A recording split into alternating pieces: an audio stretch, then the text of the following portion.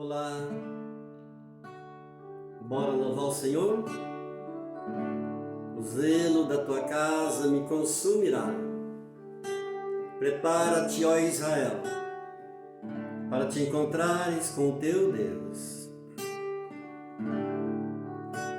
Amar somente a ti, Senhor. Amar somente a ti, Senhor. Amar somente a ti, Senhor. E não olhar atrás.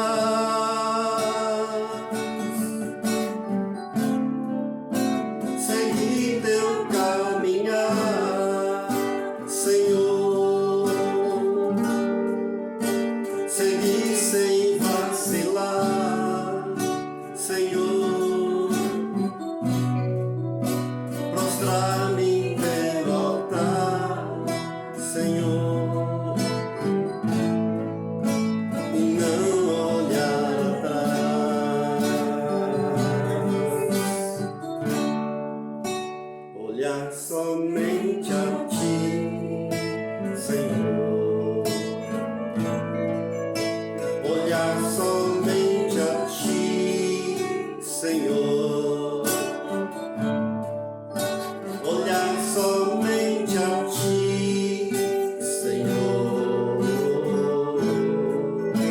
E não olhar atrás.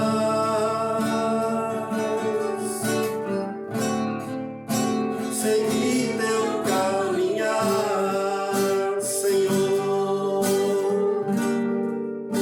Seguir sem vacilar, Senhor. Prostrar-me em teu altar, Senhor. E não olhar atrás. Servir somente a ti, Senhor. Servir somente a ti, Senhor. Servir somente a ti, Senhor. E não olhar atrás.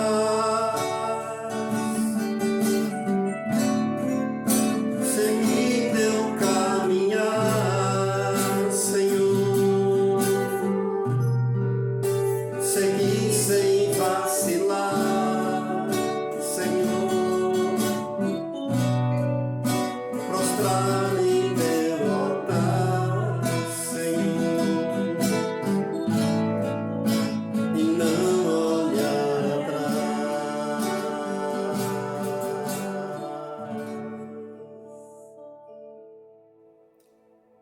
Olá, amados irmãos. Paz bendita e gloriosa de nosso Senhor e Salvador Cristo Jesus esteja aí no teu coração, no teu lar, na tua família. Que pena que eu não posso ver os irmãos. Imagina os irmãos aí no aconchego do seu lar, na poltrona, alguns até na cama, mas em breve terão que deixar esse sossego e vir para o templo, em nome de Jesus. Muito brevemente deixaremos o nosso aconchego do lar para estarmos juntos no templo, adorando ao Senhor. Enquanto isso, é com muita alegria que estou aqui para meditarmos juntos na Palavra de Deus. Abra comigo a sua Bíblia, se você está com a sua Bíblia aí, na segunda carta de Paulo a Timóteo, no capítulo 4, e nós vamos ler do verso 1 até o verso 5. Diz assim a palavra de Deus: Conjuro-te perante Deus e Cristo Jesus, que há de julgar os vivos e mortos pela sua manifestação e pelo seu reino. Prega a palavra, insta, quer seja oportuno, quer não. Corrige, repreende, exorta com toda a longanimidade e doutrina. pois haverá tempo em que não suportarão a sã doutrina.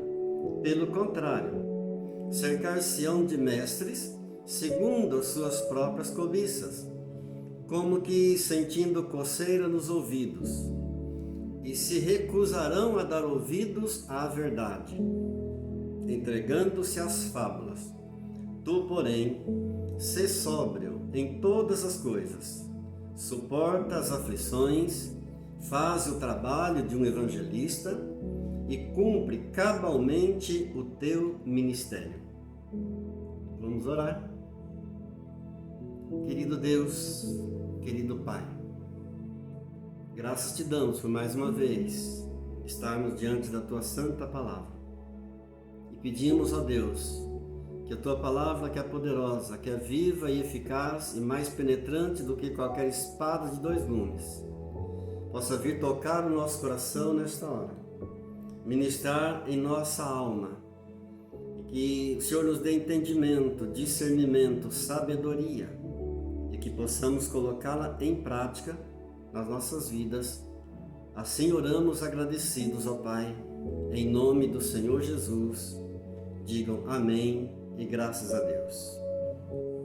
Quero iniciar a nossa reflexão compartilhando de um testemunho que eu ouvi de um cristão sincero, um homem de Deus, e ele conta que quando sua mãe ainda era viva, estando ela com mais de 90 anos, tendo sido uma serva de Deus fiel, mesmo aos 90 e tantos anos de idade, ela nunca deixou o hábito de ler a Bíblia diariamente e de orar diariamente. Um dia ele, comentando com a sua esposa, disse: eu não sei por que Deus não leva a minha mãe. Ela já cumpriu a sua missão aqui na terra, já com seus 90 e tantos anos, ela passa a maior parte do dia dormindo e nas poucas horas em que ela fica acordada, ela só faz 3 coisas. Ela come, ela lê a Bíblia e ela ora. Então eu não sei por que Deus não a leva. A vida dela já não dá nenhum testemunho mais. Mas para surpresa desse homem, o filhinho pequeno dele chegou de lá da casa dela e disse: papai, o melhor dia para mim da semana é quando eu tenho que ficar com a vovó. E ele então perguntou: mas por quê? E o menino disse: eu acho maravilhoso a vovó, com toda a sua idade, a maneira como ela lê a Bíblia e ainda ora todos os dias. Amado, quando você lê a Bíblia e você ora e medita todos os dias, não apenas a tua vida será impactada, mas a vida de todos aqueles que estão ao teu redor serão impactados. Você nunca irá crescer espiritualmente se você não ler a Bíblia diariamente e não orar diariamente. Você nunca irá impactar a vida de alguém se você não ler a Bíblia, se você não orar a palavra de Deus. Você nunca irá impactar a vida de alguém enquanto você não estiver amando a Bíblia e vivendo a Bíblia. Eu quero dizer para os irmãos que há uma enorme diferença entre ler a Bíblia e meditar na Bíblia. Ler a Bíblia simplesmente sem meditar é como um barco em que o remador está ali remando, mas ele não tem um destino, ele não tem uma direção. Ler a Bíblia com a meditação é como um barco em que o remador está remando, mas ele tem um objetivo, ele tem uma direção, ele tem um rumo, um lugar a ser alcançado. Quando você medita na palavra de Deus, você foca um assunto de cada vez. Hoje nós vivemos em um mundo muito corrido. Nós vivemos hoje em um mundo muito barulhento, em que está se perdendo a arte de meditar. A arte de meditar nas Sagradas Escrituras. No livro do profeta Josué, no capítulo 1, no verso 8, a Bíblia diz: não deixe de falar as palavras deste livro da lei. Medita nelas de dia e de noite. O Salmo 104, no verso 34, diz assim a palavra de Deus: seja-lhe agradável a minha meditação, e eu me alegrarei no Senhor. Como se faz uma meditação de uma maneira correta? Como meditar corretamente? Primeiro, você ora ao Espírito Santo, pedindo para que a sua mente seja cativada. É impossível meditar quando um turbilhão de coisas estão passando pelas nossas mentes. É impossível meditar na palavra de Deus quando muitos fatos, muitos acontecimentos estiverem ali presentes na nossa mente. Então, em primeiro lugar, você ora pedindo ao Espírito Santo que a sua mente fique cativa, que a sua mente fique fixa ali na palavra de Deus. Em segundo lugar, você lê um texto das Sagradas Escrituras e você então seleciona um versículo para você meditar. E ali você fica meditando naquele versículo ou em um ponto daquele texto em que você fez a leitura. Você fixa a sua mente em um tema, por exemplo, o amor de Jesus, por exemplo, os perigos do pecado. Você fixa a sua mente em um tema daquele texto que você leu. Ou você fixa a sua mente em um versículo daquele texto que você leu. Procure aplicar isso à sua vida. Procure usar isso para a sua vida, para o seu dia a dia. A meditação nos aproxima de Deus. Dê prioridade ao seu tempo de oração e de meditação e não apenas ao seu tempo de vida. Um pastor contou um testemunho de que ele estava se preparando para sair para uma viagem a um congresso de 3 dias. E quando ele estava saindo com suas malas prontas para o aeroporto, chegou um membro da igreja dele, desesperado, e disse: pastor, eu estou em grande aflição, eu vim pedir a sua ajuda, eu perdi o contato com Deus, e eu vim aqui para o Senhor me ajudar. E aquele pastor então disse para aquele irmão: olha, eu estou saindo para uma viagem de 3 dias, eu quero que você volte daqui a 3 dias, mas eu quero que você faça algo durante esses 3 dias. E ele disse: pois não, pastor, eu quero que você separe 30 minutos cada dia desses 3 dias. Eu quero que por 10 minutos você leia a Bíblia. Eu quero que por 10 minutos você medite na palavra. E eu quero que por 10 minutos você ore a Deus. E foi para sua viagem. Quando ele voltou, encontrou um aviso na sua mesa. E o papel estava escrito: o irmão fulano mandou avisar que tudo já está bem com ele. Dê valor à leitura da Bíblia. Dê valor à meditação da palavra. Dê valor ao tempo diário de oração, orando a palavra. Dê prioridade.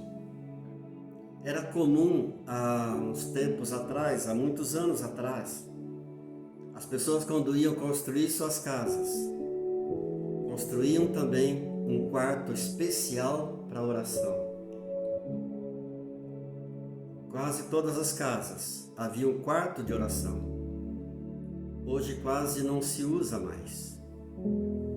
Daniel tinha um quarto especial para oração. A Bíblia diz que ele tinha um quarto no andar de cima e que ele orava com as janelas abertas na direção de Jerusalém, onde estava o templo. Ou seja, ele orava com um direcionamento, ele orava com um propósito, orava com um objetivo. A melhor maneira de orar é citar a palavra de Deus. Deus gosta de ouvir a sua própria palavra. Essa é a maneira mais eficaz de você orar, é declarando a Ele a palavra dele. Deus se agrada disso. É maravilhoso para um pastor quando está pregando a palavra de Deus e ele percebe que seus ouvintes estão interessados na palavra que está sendo ministrada. Alguns têm o hábito de anotar os pontos importantes daquela palavra que está sendo meditada, que está sendo pregada. Isso é maravilhoso. Nosso Senhor e Salvador Cristo Jesus deixou para nós duas ordenanças, que são dois sacramentos: o sacramento do batismo e o sacramento da Santa Ceia. Um sacramento é um sinal visível da graça de Deus. Um sacramento é um sinal eficaz da graça de Deus. O sacramento não traz uma palavra diferente daquela palavra que é pregada. O sacramento não traz uma palavra diferente daquela palavra que é conhecida. Mas o sacramento traz uma palavra de forma visual. O sacramento traz a palavra de uma maneira que você pode sentir a fragrância. Na Santa Ceia, por exemplo, você pode sentir a fragrância do pão. No sacramento da Santa Ceia, você pode sentir a fragrância do vinho.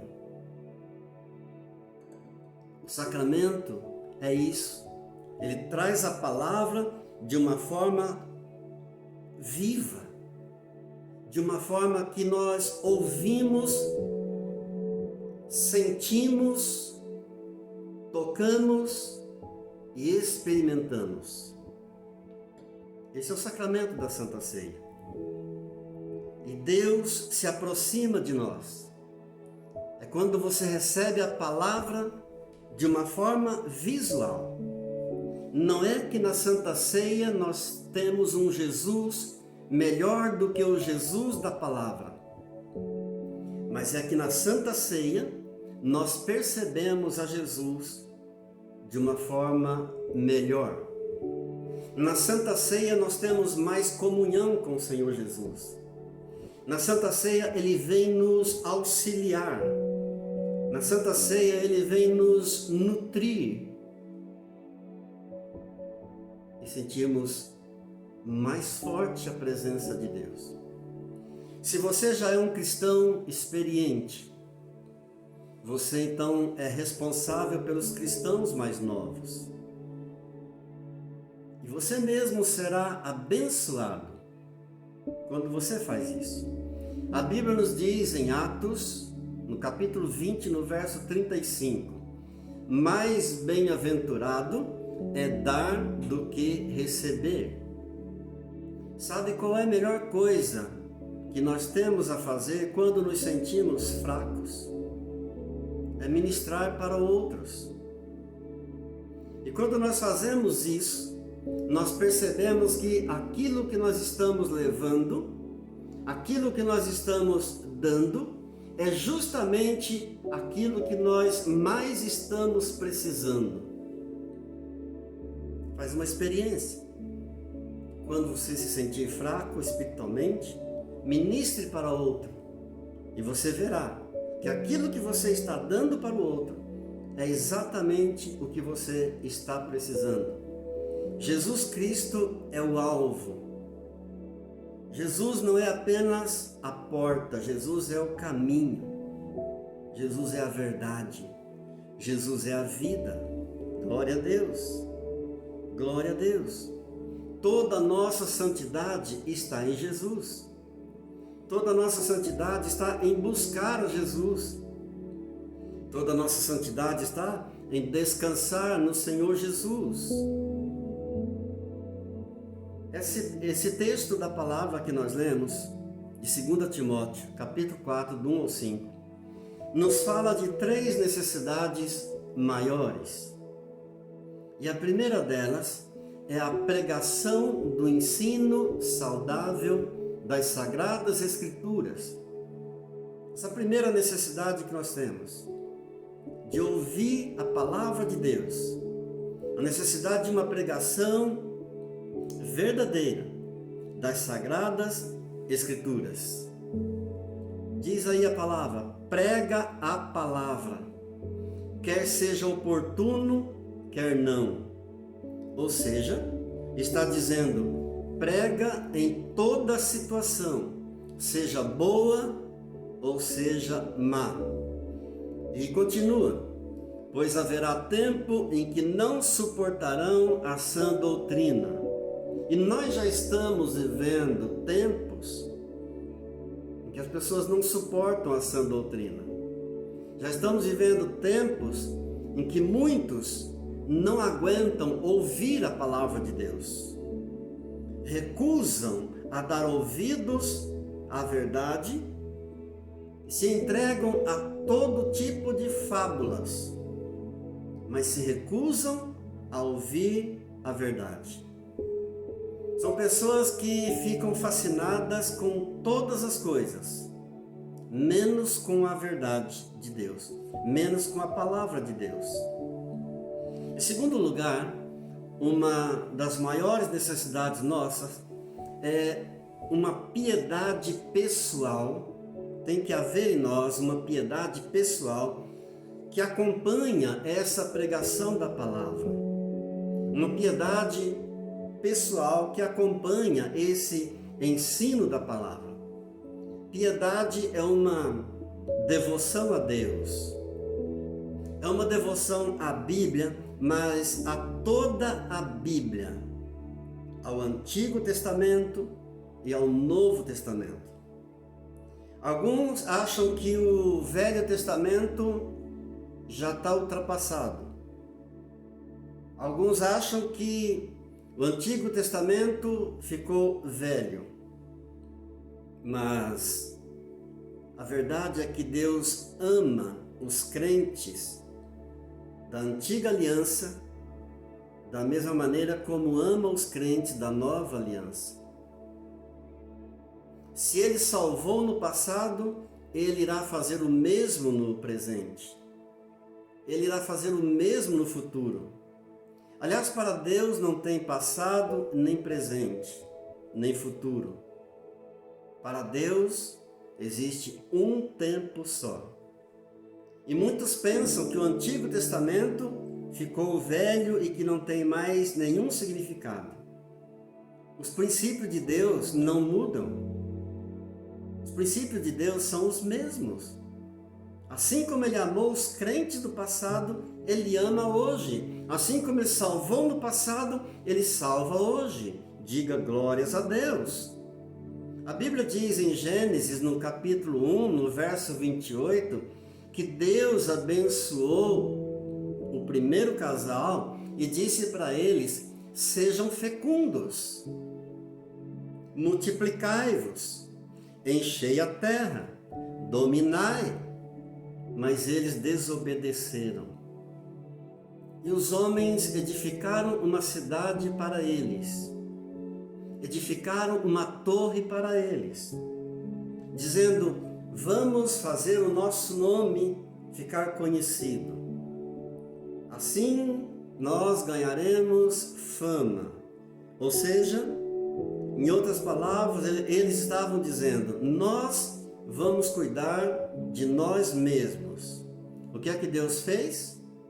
Deus veio ao mundo, destruiu tudo e criou coisas novas. Diga graças a Deus. Graças a Deus.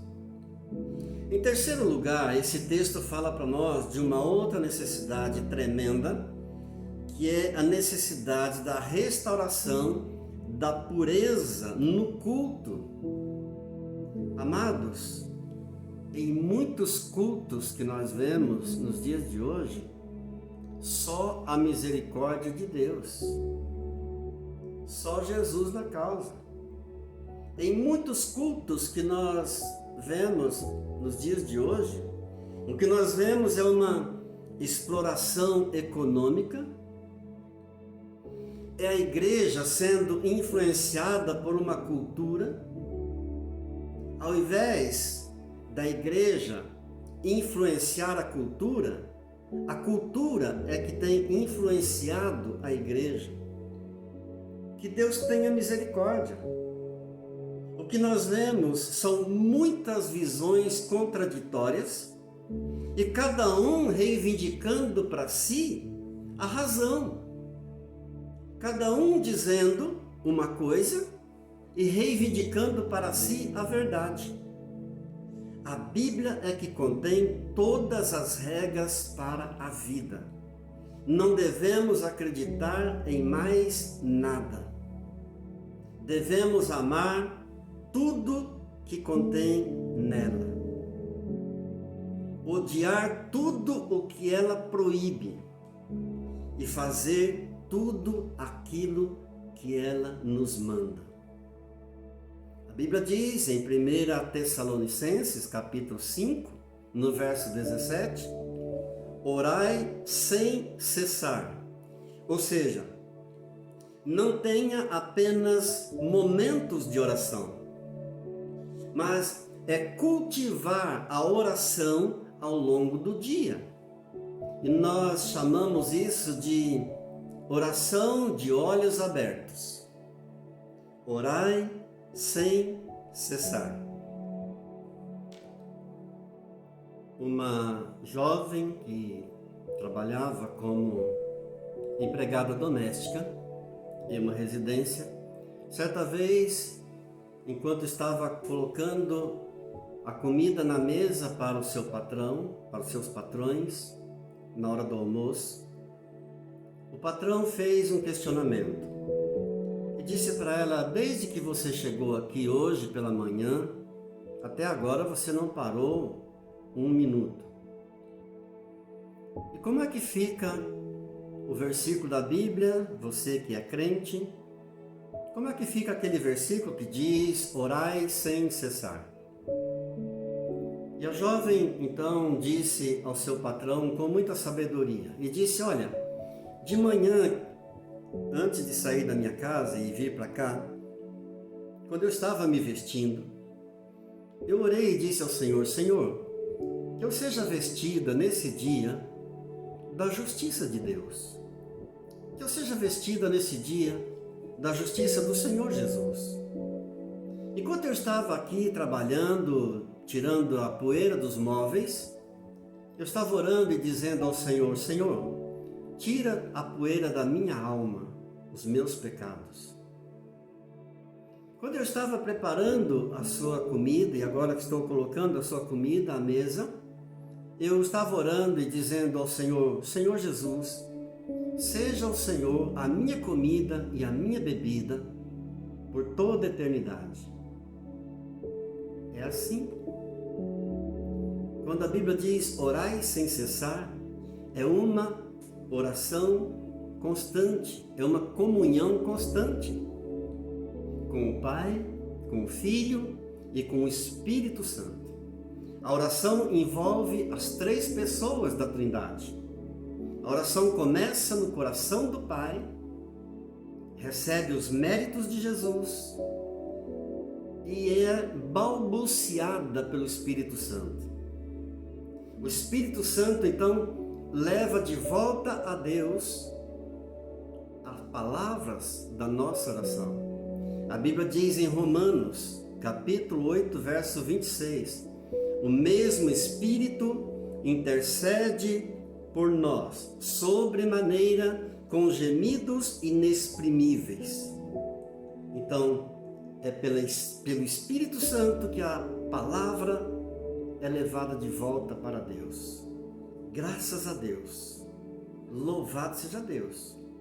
Mesmo nos momentos de lutas, mesmo nos momentos de tribulações, mesmo nos momentos de provações, mesmo nas tentações, mesmo nas dificuldades, mesmo nas adversidades, o povo de Deus é como um sino. Quanto mais recebe pancadas, mais belo é o som. Diga graças a Deus. Cada aflição que nós passamos é Deus ali tratando conosco. Cada luta, cada adversidade que você enfrenta, cada problema, cada momento difícil da vida, é Deus ali tratando com amor de nós.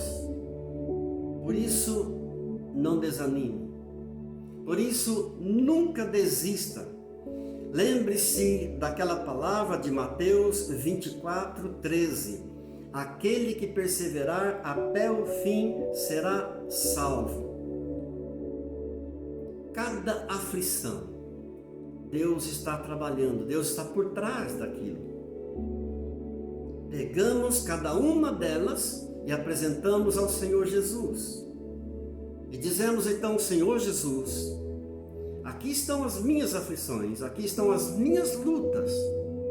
Seja feita a tua vontade, Senhor, porque a tua vontade é boa, é perfeita e agradável. Aleluia!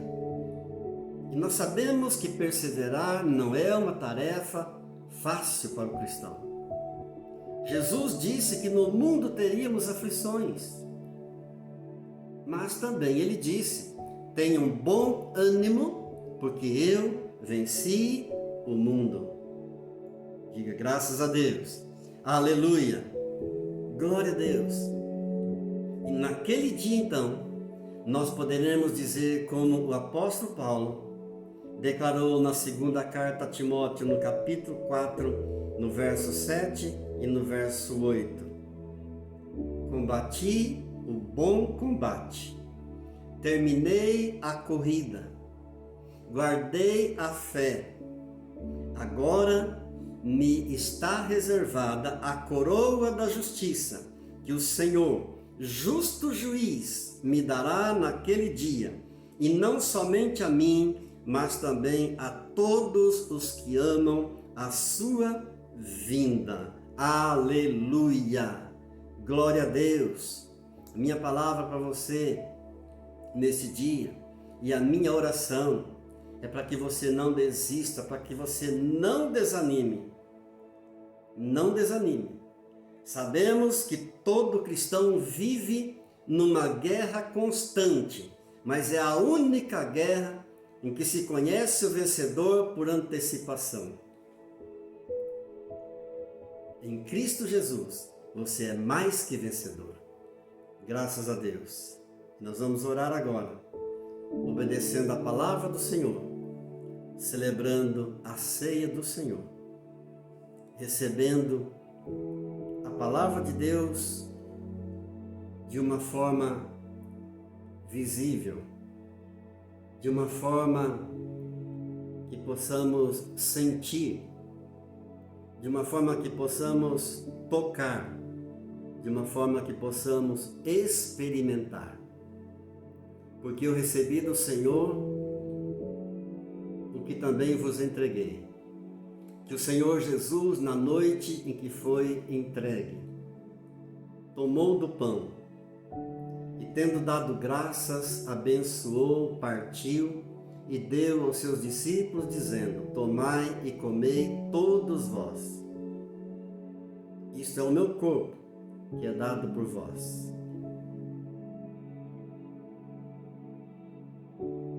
Peça perdão agora ao Senhor por todos os teus pecados. para que você possa comer desse pão dignamente. Senhor, nesta hora,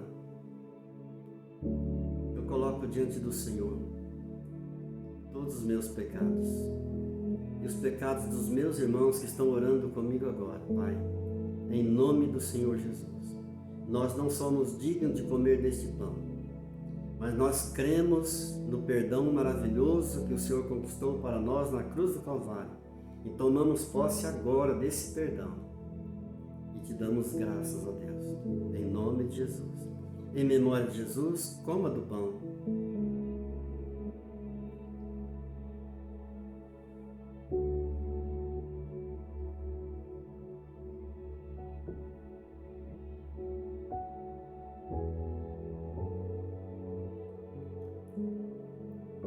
Semelhantemente, após cear, tomou também do cálice, dizendo: Este cálice é a nova aliança no meu sangue. Fazei isso em memória de mim. Porque todas as vezes que beberdes deste cálice, todas as vezes que comerdes deste pão, anunciais a morte do Senhor até que Ele venha. Examine-se, pois, o homem a si mesmo, e assim coma do pão, beba do cálice, pois quem come e bebe sem discernir o corpo, come e bebe juízo para si. Você já confessou teus pecados, já tomou posse do perdão de Deus, e agora vamos então beber do cálice, em memória do Senhor Jesus.